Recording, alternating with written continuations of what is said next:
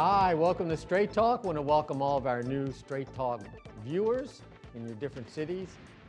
We focus on a lot of issues, and lately we've been focusing a lot of our energy on the issue of opiates and heroin and prescription pain pills and the epidemic that's hitting every community in this country, doesn't matter where you live.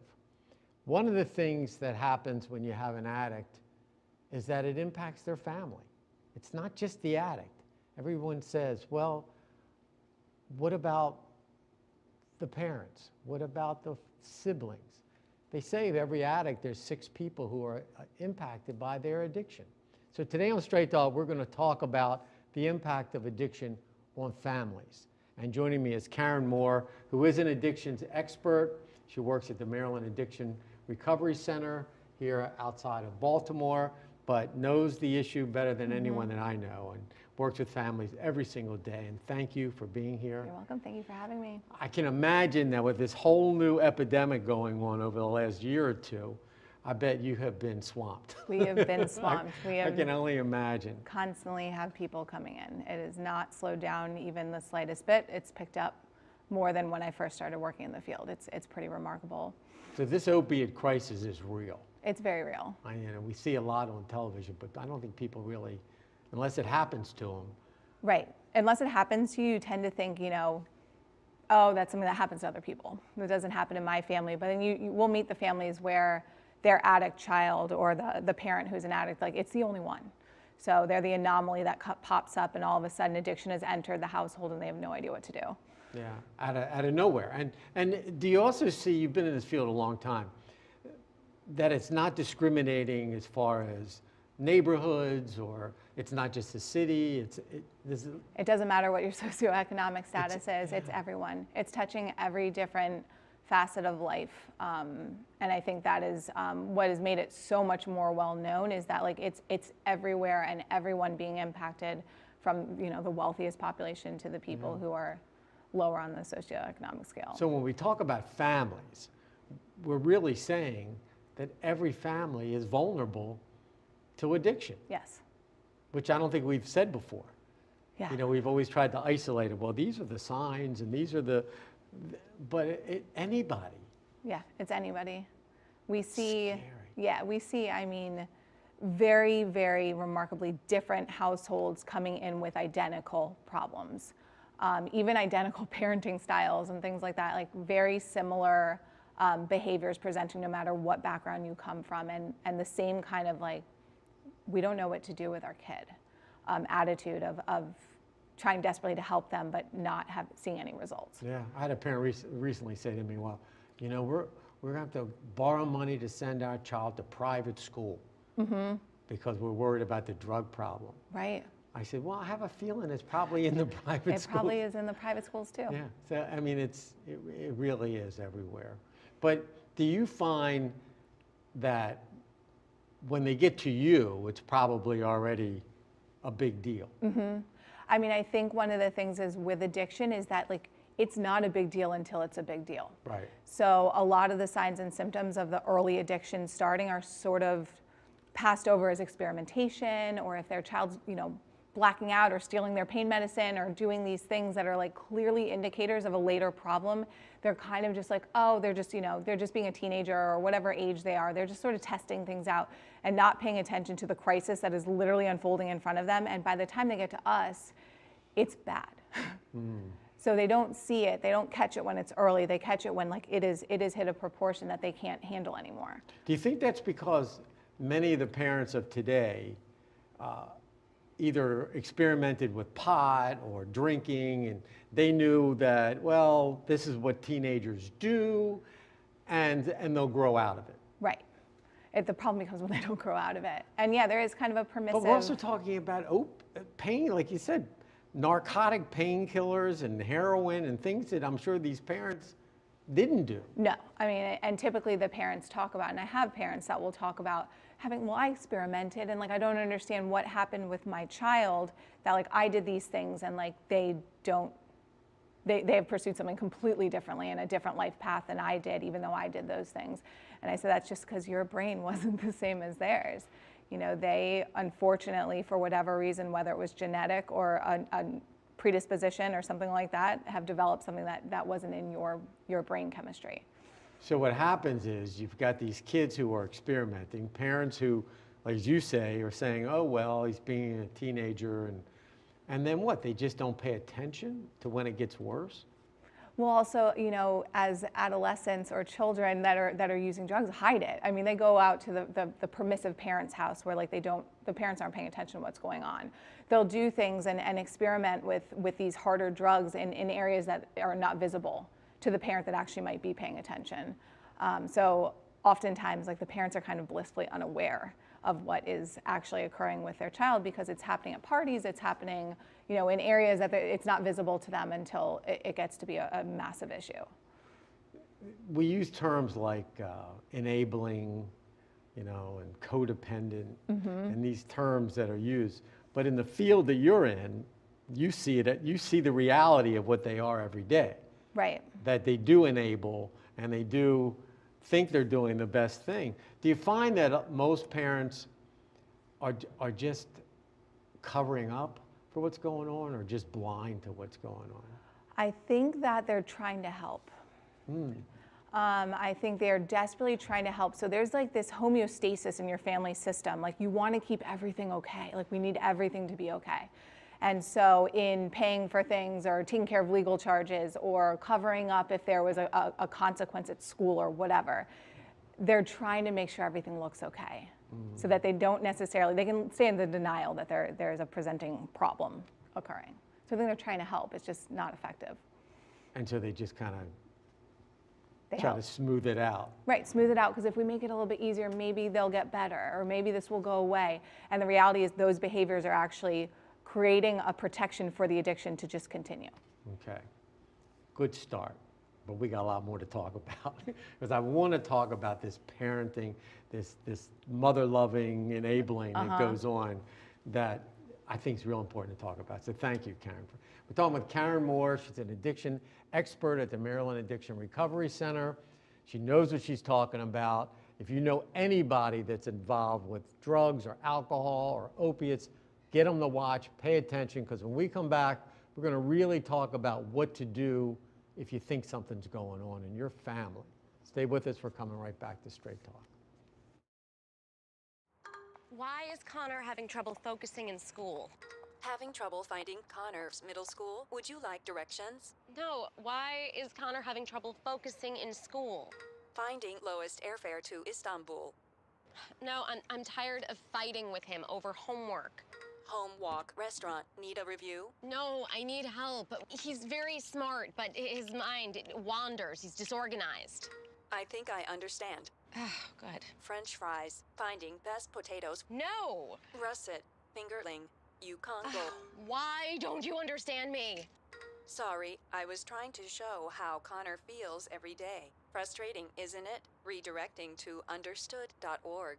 For the 1 in 5 kids with learning and attention issues, this is what life can feel like. Explore understood.org, a free online resource about learning and attention issues, designed to help your child thrive in school and in life. Understood.org, because understanding is everything. So they say it's a man's world?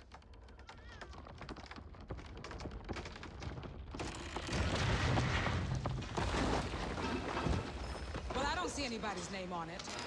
While they were out doing their thing, we slowly changed all that.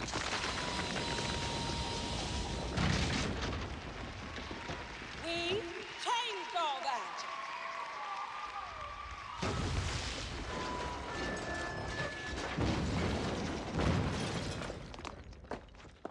Today, women can do anything men can do. And there's one thing we're even better at.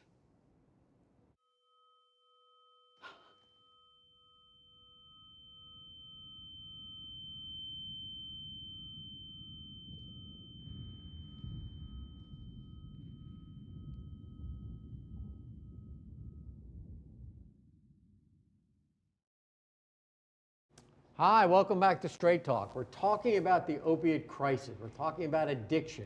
We're talking about the impact that addiction has on the family You know, you have an addict, but it also impacts everybody else, whether it's the parents or siblings or the children themselves. And joining us is Karen Moore, who is an addictions expert, helping guide us through this. And when we left, we were talking about parents being enablers, you know, and the one thing they always feel is what? If I don't do this, My child's going to die. child's going to die. Let's talk about that a little bit. So I'll have parents come to me, and obviously with opiates, overdose is unfortunately a very strong reality, and it happens, I don't even know how many thousands of times a day. And they'll come and they'll be like, if I don't do these things, if I don't continue to try to control or give them somewhere to live or provide them money, or sometimes even give them money for drugs or give them rides or whatever, that if I don't do these things, my child's gonna die. And the one thing I say to them, and because overdoses are so common, so many of our patients have experienced them, I'm like, where was the last one? And they're like, it was in my house. And I'm like, okay, so is it true that you're actually protecting them, or is it the addiction just continuing, and the likelihood is you only have a few minutes? You know, what's gonna happen if you don't do anything? That are you gonna be able to catch it every time? And they are able to wrap their head around the fact that what they're doing is in fact not working, and at some point, like, that reality will happen in their home. Not because they're out on the street. You know, if they put them out on the street, don't have any money, it's a lot less likely for them to be able to do what they're doing. But they feel that they have the power. Yes. To change. I'm going to love them an into addict. sobriety. They'll love them to death. Yeah, I'm going to love them to death. I mean, literally, that is what happens. That's what happens. Yeah. But they feel they have that power.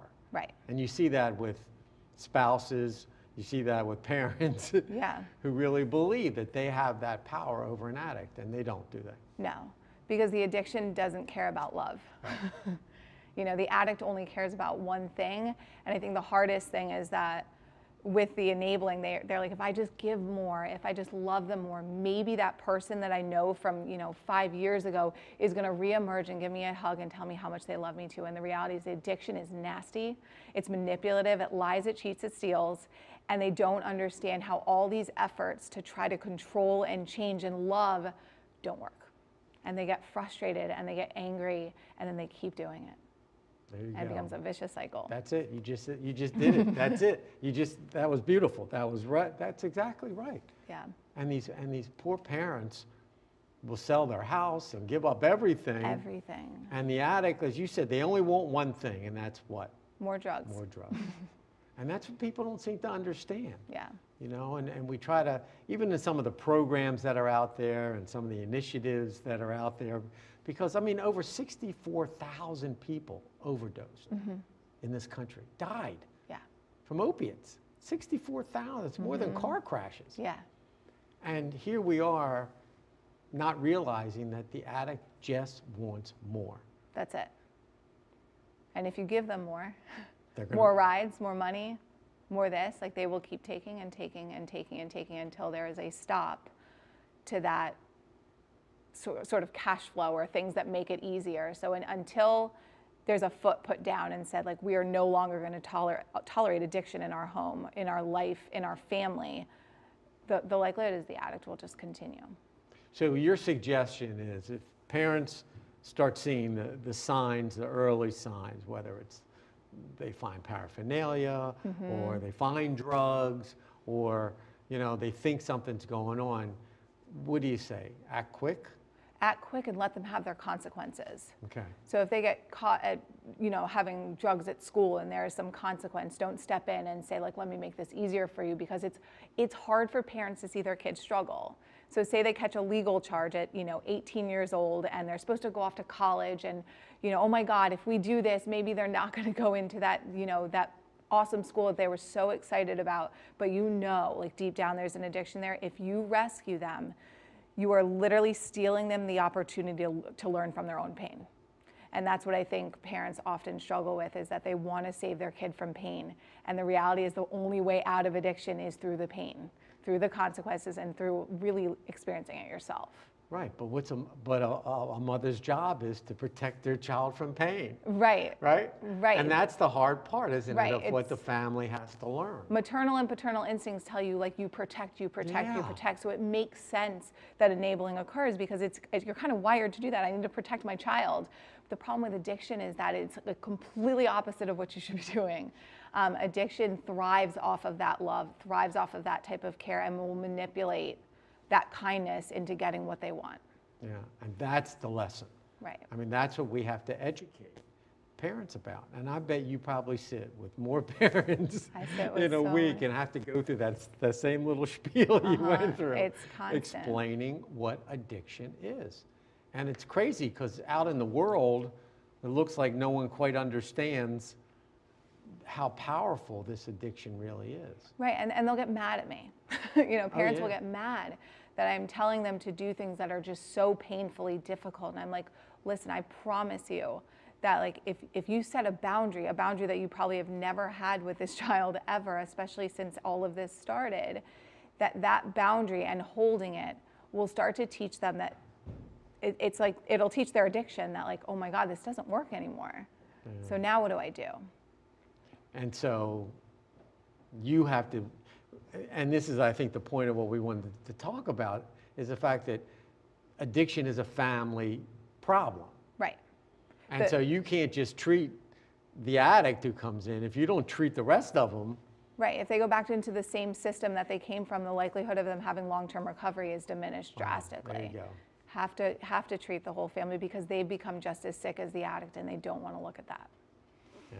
And you'll get some, they'll drop them off and say, I'll pick them up in an hour. I know, they breathe a sigh of relief, and they're like, oh my God, they're finally going to get better. And I'm like, oh no, and you're finally going to get better too. And that's where families have a hard time. They put so much effort into their loved one's addiction that they're like, why do I have to do work? And I think that's a really important part for parents and loved ones of whether, whatever family member is struggling, to understand is that it's not just the addict that is the problem. They have to get better. Yeah. Okay. Well, we're going to keep talking about this. Okay. But that was really tremendous. I think you really capsulized exactly what goes on. And we want to talk a little more about working with these families when we come back. Thank you. We're with Karen Moore talking about this opiate crisis and how addiction impacts the family, and that we have to treat the whole family. And we're learning a lot. So stay with us. We're coming right back to Straight Talk. Who helps a hero? Who tells the story of their scars? The freedom and safety of so many, of us all, is earned by the sacrifices of so few. Who helps a hero? We all do. The Gary Sinise Foundation works to support America's defenders and strengthen their families through entertainment, the construction of smart homes for our wounded heroes, and by inspiring and educating others to also support the veterans within their own communities. We enjoy the benefits of their sacrifice and service each day. Now it's time we serve them. Find out how you can help our heroes at GarySiniseFoundation.org. While we can never do enough to show our gratitude to our nation's defenders, we can always do a little more.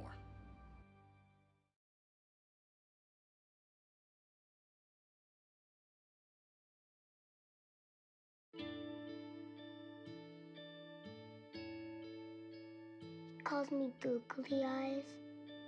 You know you're beautiful, right? You know that? Even you're beautiful. I got bullied for wearing glasses. Share if you're against bullying.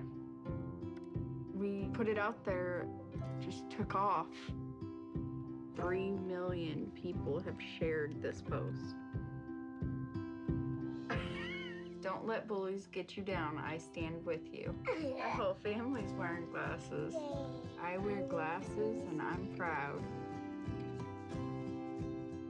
I even have the army on my team. All the kind comments brought my child joy. I don't feel thank you is enough. Thanks.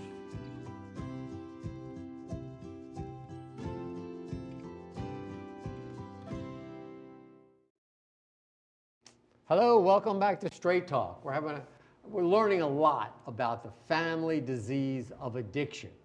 And while we go through this opiate epidemic and we start realizing somebody in our family has a problem, the whole family has a problem. And Karen Moore, an addiction specialist, a licensed social worker, she knows this issue. She works at the Maryland Addiction Recovery Center, works with families every single day. And so now at the Maryland Addiction Recovery Center, what do you do with families? I mean, when you get that family in and you say, we got to work with all of you. Yeah, okay, so when we get a family, we are very, very involved with the family. So every important person that is part of that, you know, I think you had mentioned earlier, like 6 people, like we generally have around like 6 people, whether it's parents or children, or it can be a number of different people. And basically talking to each of them, getting their own background, their own interpretation of the situation, what behaviors they've engaged in to sort of help facilitate the addiction to continue, what they think they need to change, and just sort of getting a basis of understanding of like how sick did this family become as a result of the addict in it. And so we sort of gauge like how they operate. We have some, you know, some mothers where it's almost as if, mothers and fathers, it's almost as if they are as stunted as the addict. So addict begins using at 15. Parents come in with a 25-year-old heroin addict and they are still talking about this child as if they're 15. So it's almost like as the family gets stunted at the same age that that child started using. Their parenting didn't ever change. And so there's this level of care and desire to fix. I remember I had, you know, I've parents try to send coats and clothing, and I'm like, your child can figure out how to get, you know, a winter jacket. Right. And they're 30. Right. So I think, you know, we really start to really get an evaluation of them, especially in my first session, to figure out like how much illness has infiltrated themselves and their need for recovery, and like pointing them in the direction of Al-Anon or Nar-Anon, and like getting them resources, parent support groups, and getting them connected with other people that are experiencing the same thing is really important. Yeah. So again, you're working with both of them. Yeah. With the whole family, with each member of the family. Right. I usually separate out the patient and the family to start. Because when you're done with the addict, in the sense of the time that they spend in treatment, they have to go back somewhere. Right. So relapse, aftercare is critical as well. Right. A lot of what we will tell people, in our treatment center, we have a community living component. So the patients live in apartments that we have, and which is really helpful because a lot of times, you know, they're like, I've kept their bed, it's all made, it's ready for them to come home, and I'm like, they probably, you know, they're 25, like it's time that they leave. Right. And really getting them to realize that in constantly trying to help, they are actually creating a sense of dependence with their child to not grow up. Yeah. And that's what addiction does, it makes people not grow up. And so what we are trying to help them do is for them to start seeing their addicted child as the age they actually are, and to push them into the direction of the independence, and both emotionally and financially and everything. That hasn't happened. That enabling of the parents, that they get so caught up in it that they want the addict to stay connected to them. Yes. Because so then they love me, they need me. They need me. Right. And that's a vicious cycle. That is a vicious cycle. Yeah. So they feel when all of a sudden the addict gets healthy and they say, hey, mom and dad, like, I'm going to set a boundary with you. I'm not going to call you every day. I've got to figure out my own life. I got to find my own direction. I don't need you as much anymore. And they've put so much effort into saving this person that they're like, well, how are you abandoning me now? Yeah. And they can ultimately do self-sabotaging of the entire situation, not even realizing it. So now you're dealing with aftercare. Yes. So, you know, you've worked with the addict, you've worked with, now it's time for them to go into the world, to the job and do this, and that has to continue. Right. And you like Al-Anon and the support groups are very important. Here's the thing, is when it's in the family, it tends to be pretty secretive. So no one wants to say, hey, I have a heroin addict son or daughter or parent or sibling. Like, no one wants to do that. And so it becomes a family secret. So you also see like a sibling suffer. So as the addict is getting all the attention, the sibling is totally deprived and neglected of their own concerns and issues. They stop talking. They feel absolutely resentful towards the addict. And you have this sort of sick dynamic that's starting to come up. So it's really important for people to get that support and talk to other families that have experienced the same thing and get information from sometimes healthier families about what to do. sometimes it comes from a different place when they hear it from someone who's actually going through it than when they hear it from a therapist. But that's critical, and that goes on. That doesn't. No, you know, that is you your just keep recovery doing process. that because, Yeah. because again, the addict is going to go out on their own. They're going to hopefully, you know, move on and keep staying sober and clean and not have to need mommy and daddy. Right. But mommy and daddy have to move on too. Have to be ready to let go. Yeah. And that's one of the hardest things, is that they have, as much as they dislike what has been happening, they also get almost in a way very addicted to it. So their emotional satisfaction in life is dependent on whether or not our child's doing okay. And then when the child is doing okay, then they don't know who they are anymore. Yeah. That's the work. For the people watching from all over the country that are watching and saying, well, this is me, and we think we have a problem, should they find a program that offers a family program, that Yes, offers support for the parents, or they should go to a Naranon or a meeting? I would say all of the above. All of the above. Yeah, I mean, no matter I think where you are. any treatment center that offers family work is a must. If it does not offer family work, then you're missing a really, really, really critical component to the treatment process for the addict and for themselves. So I would say do as much as you can to get support and to get yourself healthy.